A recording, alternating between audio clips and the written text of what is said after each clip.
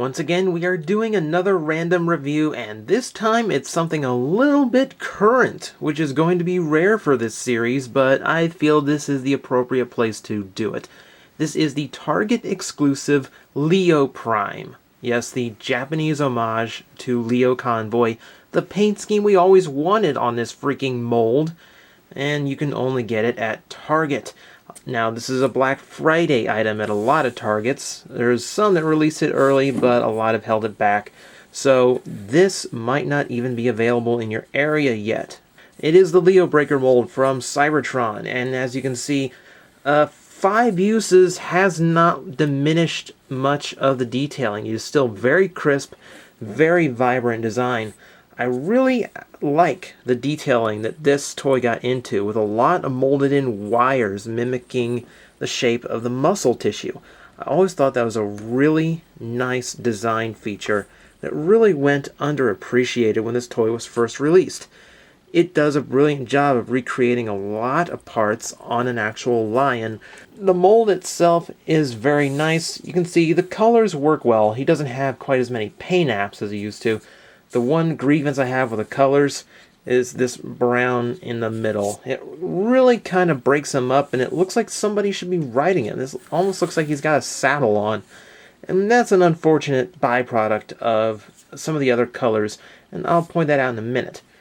As for everything else the toy does, well, the little button you see at the top here with the Autobot symbol on it, it still functions by making the mouth move up and down.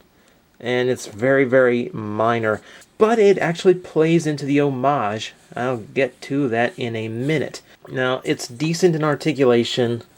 All the legs can go up at the elbow, at the shoulder, and at the foot. So that's 12 points of articulation for this beast mode, which isn't too shabby, especially considering a lot of beast formers barely had any articulation. And you have some decent poses. You can have him be a little bit perverse and have him do something naughty on my desk, knock it off. I really, really like this lion mode. I think it works really well for its design.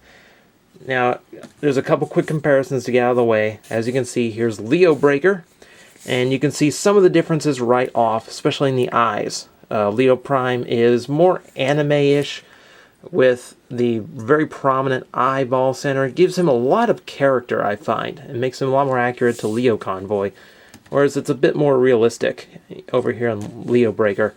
You can also see the original focuses more on small detail and a lot of little paint apps all over, whereas this one favors few paint apps, big paint apps, however. So it does do a really nice job of creating a stark difference between the two, despite both being Autobot lions. And there's the one other comparison I have to get out of the way. The original, of course. We can see a lot of the similarities that were taken on between these two. Of course, the white fur and the gold mane, but you also have the gold claws and the gray paws. That works out pretty well.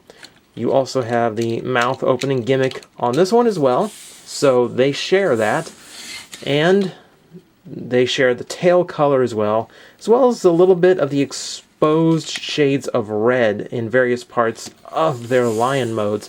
So they actually have a lot in common, intentional and unintentional. So that is a nice feature to this toy. Now for gimmicks, he's a Cybertron figure, so he comes with one of these. In this case, a blue Cyber Planet key from the Jungle Planet. I have no idea why it's blue, but I'm sure there's some significance. For the purpose of this review, I'm not going to use it because it's a little too wide for the slots on mine. That varies, I find, between different figures. So I'm just going to use this green one that seems to fit a little bit better. And it's a pretty obvious gimmick. Those big gold pieces fold down, and now you have attack claws in the lion mode. They're spring-loaded, so they're not going to interfere with the articulation. And it generally makes them look a little bit more fierce and gives them a little bit more play value. But unfortunately, that is not the mode that they are best suited for. This isn't the best mode for the claws either, but I'm gonna go ahead and get this out of the way because as a reviewer I am required to. This is the Savage Claw mode, not even mentioned on the instruction sheet because the only Prime release recently was an exclusive, so odds are you can't use it anyway. As you can see, it's as unconvincing a super arm as ever. It's clunky, it doesn't move very much on the toy, and it is very unconvincing as a hand. It still just looks like a lion hanging off of his shoulder. You can improve it a little bit, I find, by using the tail here to bridge the gap in between the two legs, as well as using one of the heels as a thumb and leaving the other one folded up. So you do get a little bit better impression of a hand out of it, but it is still very slapdash, and it still doesn't hold together very well. So it's pretty much just an accessory mode. You probably won't be using it, and there's a better Lio Prime for this anyway that matches his color scheme better. So let's just get on with the main event. Finally, time for robot mode, and this is either where this mold really wins or really blows. They did a great job bringing over the Lio Convoy homage. In fact, I'm going to bring him out immediately just so you can see how many paint apps were devoted to making this an accurate depiction. You can see there in the midsection, the blue and yellow highlights are done very well, trying to match up as closely as possible. The red to knees and the silver on the lower legs might be a little too bold with the knee, but it works. They painted as much of the arms as they could get away with, as well as a little bit on the belly in order to create as much of a red chest design as possible. I'm a little upset that the silver abs didn't get painted in, especially when Lio Prime already has the molding for it. So that's a little bit of a disappointment. But you can see they tried their best to come as close as they could to the original, and it does a nice job. I mean, I can see this as similar to an Optimus Prime from different toy lines. I can see this as the same character, just in a different body. I'm really happy with the homage. I think that part came out very well. For the mold itself, if you've never owned Lio Prime's other forms, Nemesis Breaker or Leo Breaker, yeah, there are some issues with the mold. Now, the legs, you get some very nice articulation. The legs don't go out quite as far as I would like, but it's nice enough. Everything is ratcheted, so despite 5 uses, it's all nice and tight. You've also got ankle joints here at the heel and up here at the front, so you can get them into a lot of different poses and not have any balancing issues. That part's done well.